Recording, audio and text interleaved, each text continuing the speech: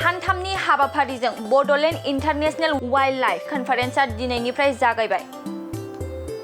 मानास हायुङारि हाग्रामानि बासबारियाव सानथामनि हाबाफारिजों दिनैनिफ्राय बड'लेण्ड इन्टारनेशनेल वाइल्डलाइफ कनफारेन्सआ जागायबाय। बिटिआरनि हाग्रा बिफाननि बानजायनायाव 2024 इं मायथाइयाव गिबि खेबनि थाखाय दिनैनिफ्राय सानथामनि हाबाफारिजों बड'लेण्ड इन्टारनेशनेल वाइल्डलाइफ कनफारेन्सखौ खुंफुंनाय जायो। बड'लेण्ड गेजेर हायुङारि जिब जुनार जथुम्मानि थांखिया मोनसे मुलुगनां जौसां महरै खामानि मावनाय, जाय हाग्रानि जिब जुनार संरैखाथियाव गोनांथार जेंनाफोरखौ सुस्रांनो थाखाय रोंग'सार आरो रैखाथि होग्राफोरखौ खौसे खालामनाय। हेफाजाबारि मावखान्थिफोराव नोजोर होनानै बेनि थांखिया बे जिउगोनां ओनसोलनि बिखायाव बायदि रोखोमनि सोरबिथिं खान्थिनि रैखाथिनि थाखाय सावरायनाय आरो गोदान दिहुनथाय राहाफोरखौ बांहोनांगौनि थांखिनि आरो नोजोरजों बिटिआरनि हाग्रा बिफाना बे हाबाफारिखौ खुंफुंदों होनना खौरांगिरिफोरनि गेजेरजों फोरमायो। गिबि खेबनि थाखाय सानथामनि हाबाफारि लानानै जोंनि फरेस्ट डिपार्टमेन्ट, टुरिज्म डिपार्टमेन्ट आरो गोबां एनजिअसफोर बयबो ज' जानानै मानासाव इन्टारनेशनेल वाइल्डलाइफ कनफारेन्स लादों आरो बेवहाय गुबुन गुबुन आयदानि सायाव सावरायनो थाखाय सानथामाव गोबां हाबाफारि बेवहाय लानाय जादों।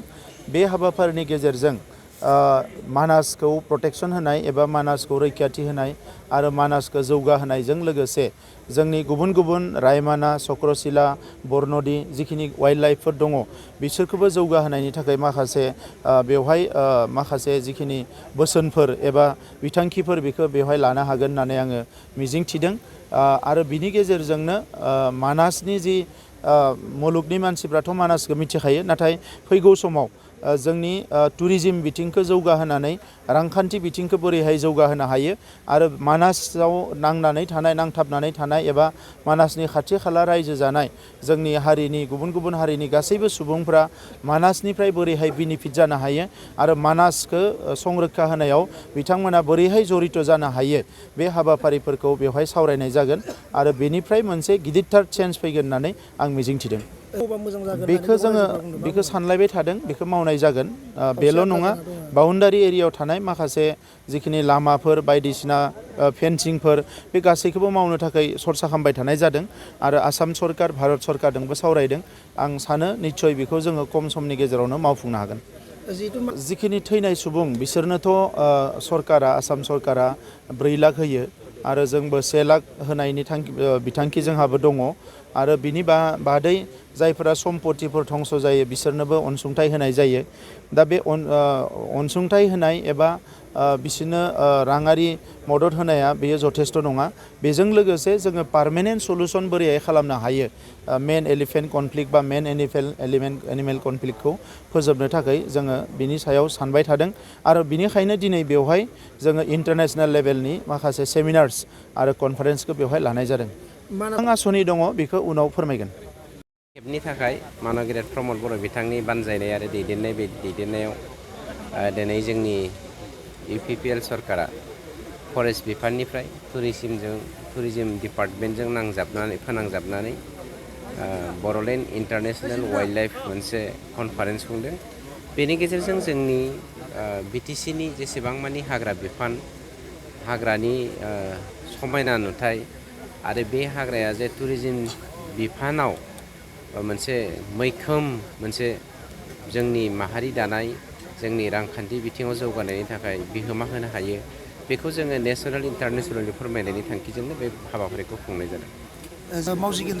ओरैनोथ' खामानिखौ जों बोसोरथामल'सो जादों, मावनायाथ' मावनांगौ खामानियाथ' गोबां दङ। 17 बोसोराव आगोलनि सरकारा मा मावदों मा मावाखै बेखौ जों बयबो मिथिखागौ। गतिके गाहामै सोदांफिननानै आगोलनि जेसेबां मानि गोरोन्थि जालांनाय बेफोरखौ दिनै जोङो सोदांनायनि दायित्वखौ लाबाय आरो लानो गोनां जाखादों।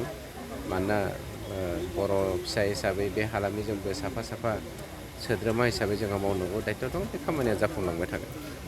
साभाबिक जानाया साभाबिक, मानोना जिब जुनारनि अनजिमाया बारायलांदों।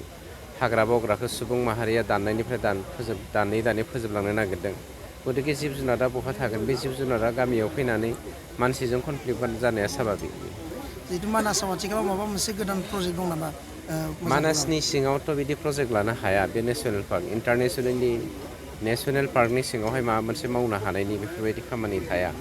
गतिके जोङो हाग्रा बिफानखौ मोजाङै जोङो मेन पावारखौ बारायनानै माबोरै जोंनि हिउमेन इलेफेन्ट कनफ्लिक्टखौ खमायनो हायो बेनिसो जों हाबाफारि लानो गोनां। मोनसे फोसावथाय 2024निफ्राय 2025 मायथाइनि ड्रिम किन्डारगार्टेन प्रि स्कुल काम क्रिट सेन्टारनि मुं थिसननाय हाबाफारिया सोलिगासिनो दङ। क'क्राझार सहरनि साखाथियाव थानाय एबा देबोरगाव बड'लेण्ड मुलुगसोलोंसालिजों नांजाबनाय गियानपुरियाव गोदानै ड्रिम किन्डारगार्टेन प्रि स्कुल काम क्रिट सेन्टार बेखेवदों। जायफोर बिमा बिफाफोरा सानसेथोलो गाव गावनि उन्दै गथ'फोरखौ नोजोर खालामस्लाबनो हाया एबा साख्रि बाख्रिफोराव बेस्थ' जानानै थायो, बैसोर बिमा बिफाफोरा गावनि उन्दै गथ'फोरखौ गियान होनायजों लोगोसे 2 बोसोरनिफ्राय 5 बोसोरनि गथ'फोरखौ बे ड्रिम किन्डारगार्टेन प्रि स्कुल काम क्रिट सेन्टाराव सोलोंथाइ होनो हागोन। बे फरायसालियाव गासै सुबिदाखौनो फरायसाफोरानो मोनफुंनो हागोन। सुबिदाफोरनि गेजेराव दं फान learning, different types of co-curricular activities, age appropriate curriculum, sensory experience, बेनि अनगायैबो holistic development, safe and free learning environment, daily weekly activity record, nature corner, live CCTV security, emergency fire safety as well medical kit, air conditioning facility. बेफोर सुबिदाफोरखौ गासै फरायसाफोरानो मोननो हागोन।